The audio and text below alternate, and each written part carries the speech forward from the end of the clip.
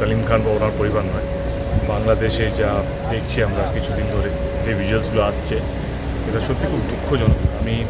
আমার মনে হয় কি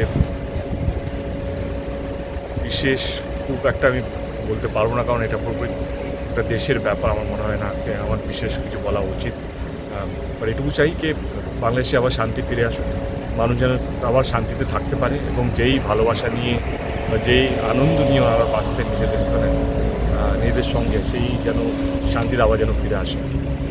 প্রডিউসার সাহেবের সঙ্গে লাস্ট কথা কখন হয়েছিল দেব, যদি একটু শেয়ার করেন? ওরকম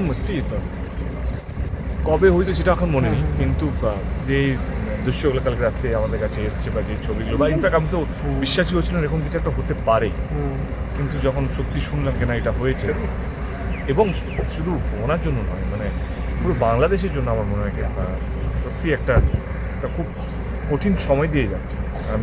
আমি শুধু এটুকু বলবো, যা বাংলাদেশে প্রত্যেকটা মানুষ, কারণ আমি বাংলাদেশে বহুবার গেছি এবং আমার খুব প্রিয় একটা জায়গা, এবং আমার এক্সপিরিয়েন্স সত্যি খুব খুব খুব ভালো। এবং শুধু বাংলাদেশও নয়, অনেক বাংলাদেশিরা আছে যারা বিদেশে থাকে, মানে সে আমি ইটালিতে বেড়াতে যাই বা লন্ডনে হোক বা আমেরিকায় হোক, মানে ওনাদের মতন ভদ্র শান্তিপ্রিয় মানুষ খুব কম দেখেছি।